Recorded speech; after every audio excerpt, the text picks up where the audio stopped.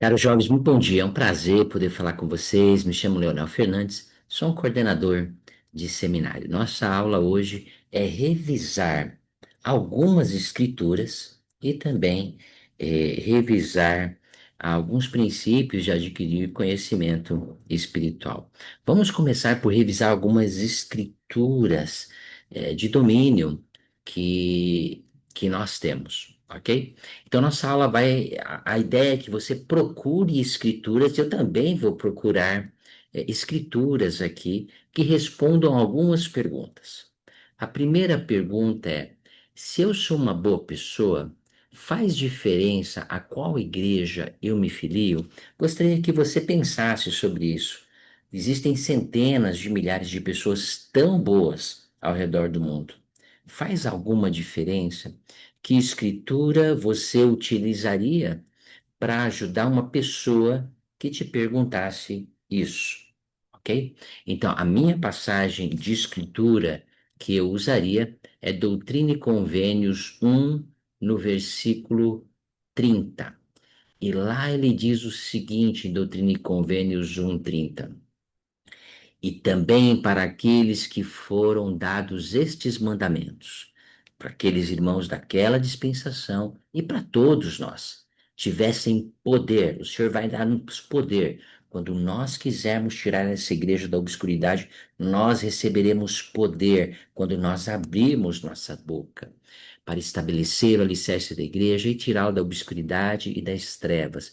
E aí o Senhor dá o seu selo, a sua voz, e ele fala: esta é a única igreja verdadeira e viva na face de toda a terra, com a qual eu, o Senhor, me deleito. Falando a igreja coletiva e não individualmente. Então, esta é a única igreja verdadeira. Como eu sou grato por pertencer à verdadeira igreja do Salvador Jesus Cristo aqui na terra, a igreja de Jesus Cristo dos santos dos últimos dias. É o único meio pelo qual nós poderemos voltar à presença de nosso Pai Celestial, cumprindo os mandamentos, nos tornando verdadeiros discípulos do Salvador Jesus Cristo, ao viver as ordenanças que nós fizemos no tempo, ao ver os convênios, perdão, que nós fizemos no batismo, que nós fizemos quando recebemos o sacerdócio, que nós fizemos quando entramos no templo. Então, faz uma enorme diferença. Esta é a igreja do Salvador Jesus Cristo. A segunda pergunta: se alguém lhe perguntasse, como posso saber se estou recebendo revelação pessoal? Algum membro da igreja fala: olha, eu estou com algumas dúvidas. Como você poderia me ajudar com relação a isso?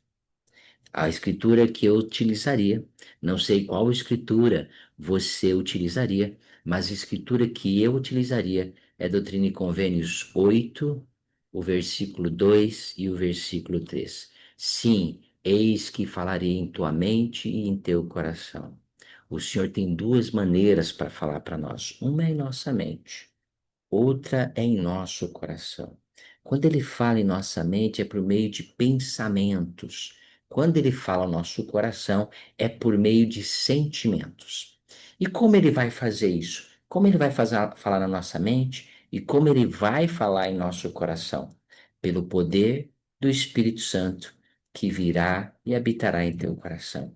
Então, depois que você receber é, aquela impressão em sua mente, aquela impressão em seu coração, você também terá logo depois disso o Espírito Santo para confirmar: olha, essa mensagem veio de mim. Essa não é algo que você está pensando, isto não é algo que o inimigo, ok? Te está ludibriando ou incentivando você a fazer. Logo depois dos pensamentos, ou logo depois dos sentimentos, o Espírito Santo virá e habitará em teu coração. Nós teremos sentimentos de paz, de calma, de alegria. Ora, eis que este é o Espírito de revelação. Eis que é o Espírito pelo qual Moisés conduziu os filhos de Israel através do Mar Vermelho em terra seca. Esse mesmo Espírito Santo é o mesmo Espírito que conduz Moisés, que conduziu Abraão, que conduz o presidente Nelson, que conduz eu e você. Precisamos adquirir maior habilidade de saber quando o Senhor está falando conosco por meio do Espírito Santo. Então faz uma grande diferença. Cada um de nós, presidente Nelson, é, falou recentemente que nós temos que desenvolver uma maior habilidade, uma maior capacidade de reconhecer a voz do Espírito. Ele diz: será impossível nós sobrevivermos espiritualmente sem o consolo, ok? Sem a segurança, sem a direção desse mesmo Espírito, principalmente nos dias que estão para vir. Então, esse é um conselho para mim e para você. Precisamos melhorar nossa habilidade de receber revelação. Por que devo compartilhar o Evangelho com os amigos e família? Se alguém te perguntar que escritura você utilizaria para responder a esta pergunta, das escrituras de domínio deste ano, a escritura que eu utilizaria é Doutrina e Convênios, perdão, 18, de 10 a 11. Então, por que é tão importante nós compartilharmos o Evangelho? O Senhor mesmo diz: lembrai-vos de que o valor das almas é grande à vista de Deus. Eu e você temos grande valor. Não só eu e você, todos os filhos de Deus são filhos dele. Todos eles e nós temos grande valor, pois eis que o Senhor vosso Redentor sofreu a morte na carne. Portanto, sofreu a dor de todos os homens, para que todos os homens se arrependessem e viessem a Ele. Nós temos grande valor à vista de Deus. Então, Deus sofreu, Cristo sofreu para nos salvar. Outra escritura que poderia ser usada é Doutrina e Convênios 18, de 15 a 16. E se trabalhardes todos os dias, clamando arrependimento a este povo, e trouxerdes a mim, mesmo que seja uma só alma, quão grande será vossa alegria com ela no reino de meu Pai. Então, se nós trabalharmos todo o tempo de nossa vida, pregando o evangelho, sendo um exemplo para o mundo, e nós levarmos apenas uma só alma, que pode ser a nossa próxima, a nossa própria alma, quão grande será a nossa alegria conosco mesmo, porque conseguimos vencer essa batalha, porque conseguimos voltar à presença de nosso Pai Celestial. E agora, se vossa alegria é grande com só uma alma, que tiverdes trazido a mim no reino de meu Pai, quão grande será a vossa alegria se me trouxerdes muitas almas. Há uma necessidade urgente de compartilhar o Evangelho. Há uma necessidade urgente de dizer para o mundo: existe a verdade. Existe só uma verdade que te leva a Cristo. Quão gratos somos por podermos saber desta verdade. E por isso que eu e você precisamos compartilhar o Evangelho com todo mundo, com A, com B, com C, tá? Então, muitas pessoas estão prontas, como as Escrituras dizem, e elas estão sem sido enganadas porque ainda não reconheceram a verdade. Eu e você podemos ser um instrumentos na mão de Deus e levar a verdade a essa pessoa. Por que eu devo participar da conferência geral? Já tem tanta coisa na igreja, né? Seminário, mutual, um monte de atividades, reuniões da igreja, né? Outros serões, devocionais e tantas outras coisas, né? Por que que eu devo participar da conferência geral? Porque eu preciso estudar os discursos da conferência geral, porque eu preciso me alinhar com o Senhor.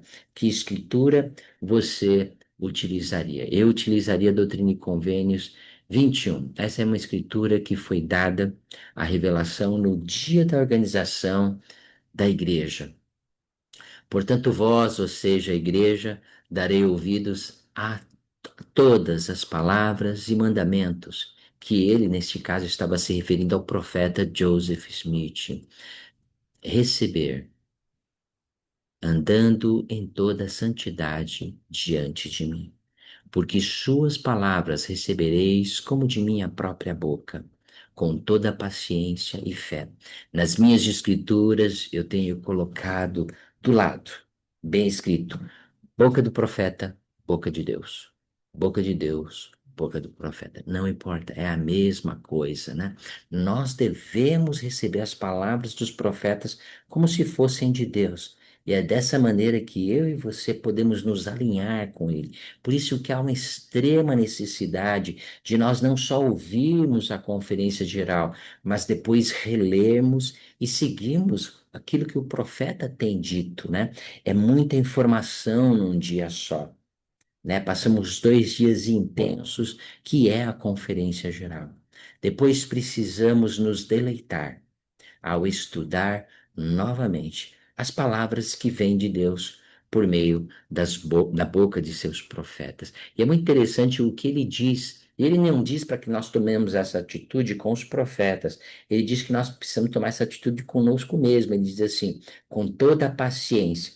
Porque o profeta vai ensinar para que a gente possa fazer uma coisa.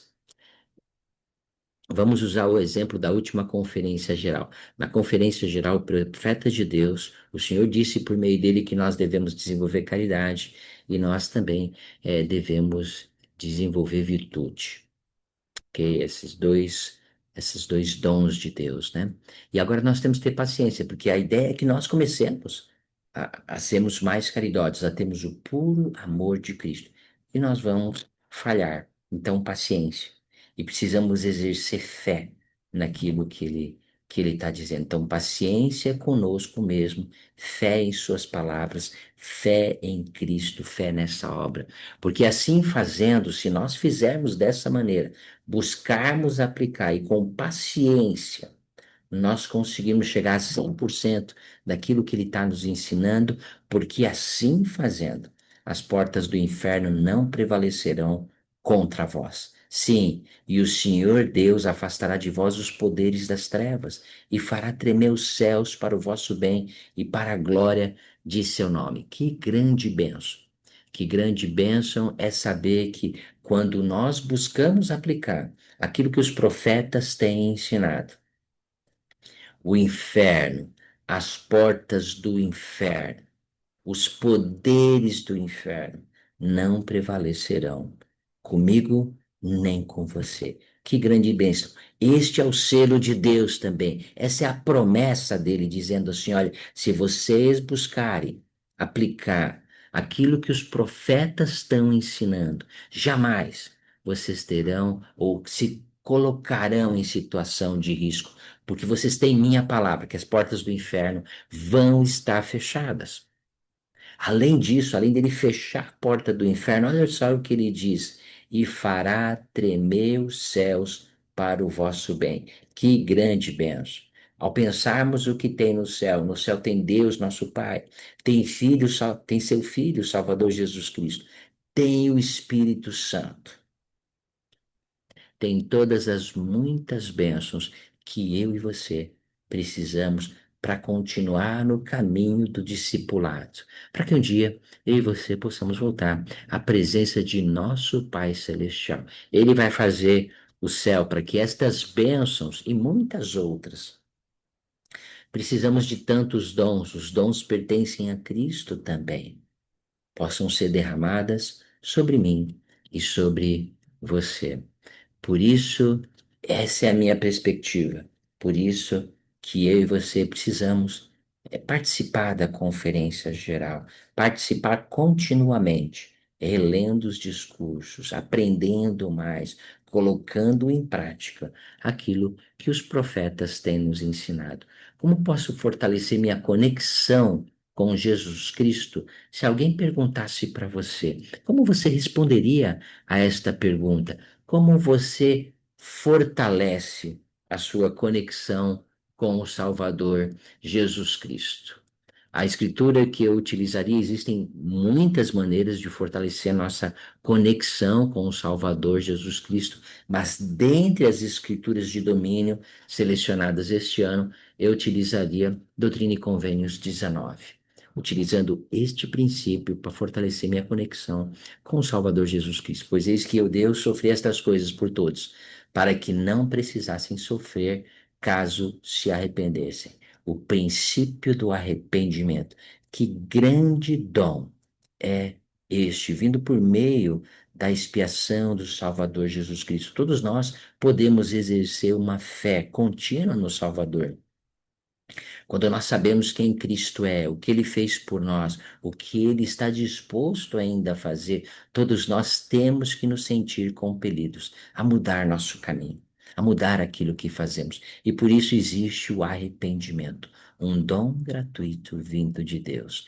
E caso nós nos arrependamos, ele diz que nós não vamos sofrer como ele sofreu, mas se nós não nos arrependermos, teremos que sofrer assim como ele sofreu, sofrimento que me fez com que eu, Deus, o mais grandioso de todos, tremesse de dor, sangrasse por todos os poros, tanto no corpo quanto no espírito. E desejei não ter que beber a taça amarga e recuar. Todavia, glória seja para o Pai. Eu bebi e terminei meus preparativos para os filhos dos homens. Eu e você precisamos aplicar esse princípio constantemente. Os profetas de Deus têm falado a respeito do arrependimento diário. Todos nós precisamos buscar com paciência mudar e nos tornar mais semelhantes ao Salvador Jesus Cristo. Essa é uma das escrituras que eu utilizaria para que eu pudesse fortalecer minha conexão com o Salvador Jesus Cristo. Espero que você possa ter aproveitado este período para ver quais escrituras de domínio você utilizaria e por quê.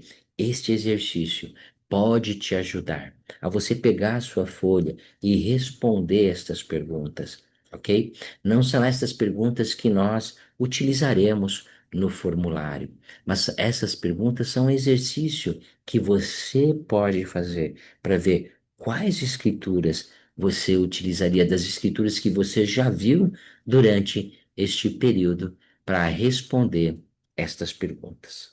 O restante da aula agora, nós vamos falar um pouquinho de aprender e aplicar os princípios de se adquirir conhecimento espiritual. Ok? Então, nós vamos utilizar um estudo de caso, e esse é o estudo de caso que nós vamos utilizar agora. Os pais de Troy se divorciaram quando ele era jovem. Ele tem um bom relacionamento com os pais, mas parece que seus pais gostariam de nunca ter se casado.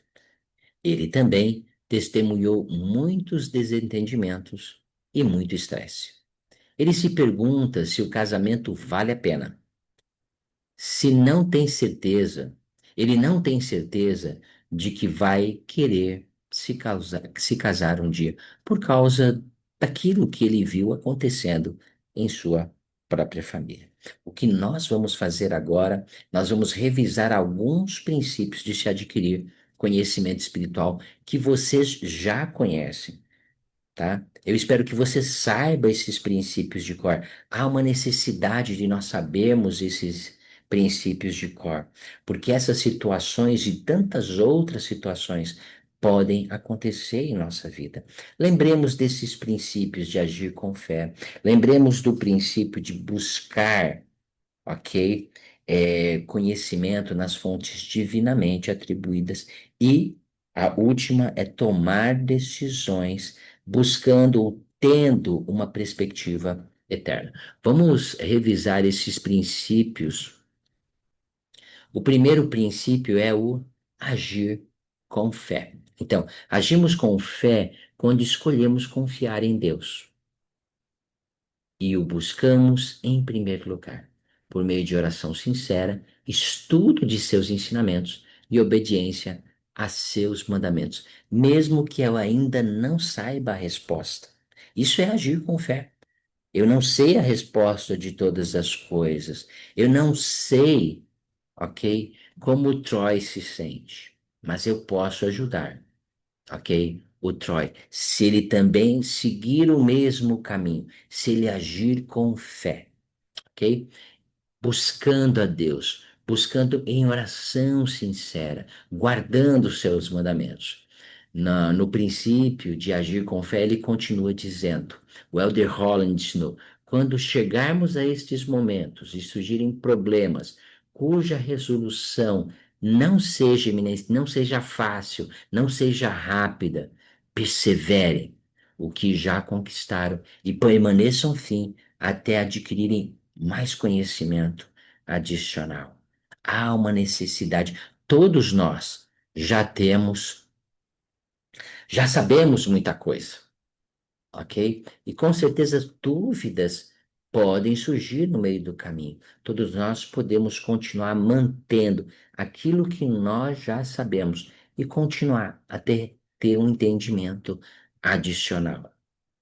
Nos momentos em que talvez não encontremos respostas às nossas perguntas imediatamente, é bom lembrar que, embora o Pai Celestial tenha revelado tudo o que é necessário para a nossa salvação, ele ainda não revelou toda a verdade. À medida que procuramos respostas, devemos viver pela fé, confiando que, por fim, receberemos as respostas que buscamos. Se formos fiéis à verdade e à luz que nós já temos, que nós já recebemos, receberemos mais. As respostas às nossas perguntas e orações muitas vezes vêm linha sobre linha, preceito sobre preceito, um pouquinho ali, um pouquinho lá.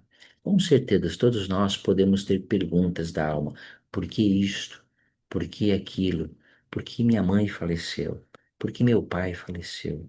Por que meu irmão deixou a igreja? Por que ainda não tenho um testemunho? Por que meus pais se divorciaram? Por que a vida é assim? Por que existe tanta pobreza? Por que existe tanta riqueza? E tantas outras perguntas. Meu Meu conselho para cada um de nós, não só vocês, é agirmos com fé. Confiamos em Deus, em sua sabedoria, em sua onisciência. Confiamos em seus mandamentos. Estudemos as Escrituras, guardemos seus mandamentos. O segundo princípio, para que eu e para você possamos continuar adquirindo conhecimento espiritual, ok? É examinar os conceitos e as perguntas que chegarem a nós, ou que nós tivermos, com uma perspectiva eterna. Não tomarmos a decisão agora, ok? Para hoje. Ok? Muitas vezes, se tomamos a decisão imediatamente, sem ter uma perspectiva eterna das coisas, com certeza nós falharemos. As decisões muitas vezes não representam uma eternidade. Ok? Um exemplo muito brusco, né? Estou morrendo de fome. Qual que é a decisão? Bom, eu preciso de comida.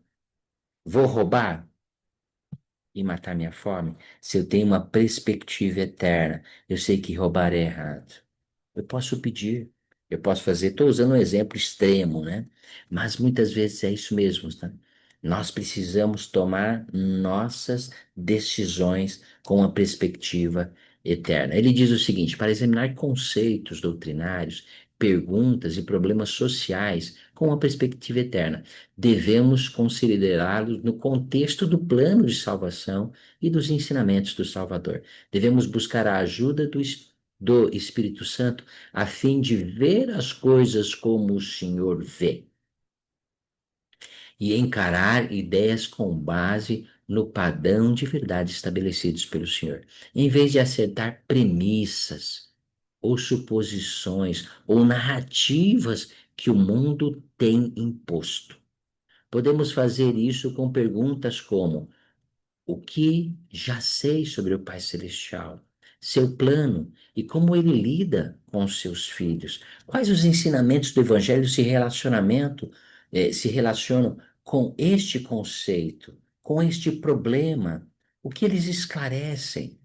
Ok? Então não deixemos de analisar isto, qualquer pergunta, qualquer dúvida, com uma perspectiva eterna. A última coisa é buscar nas fontes divinamente apropriadas, tá? Tem muito lixo na internet, tem muita coisa ruim.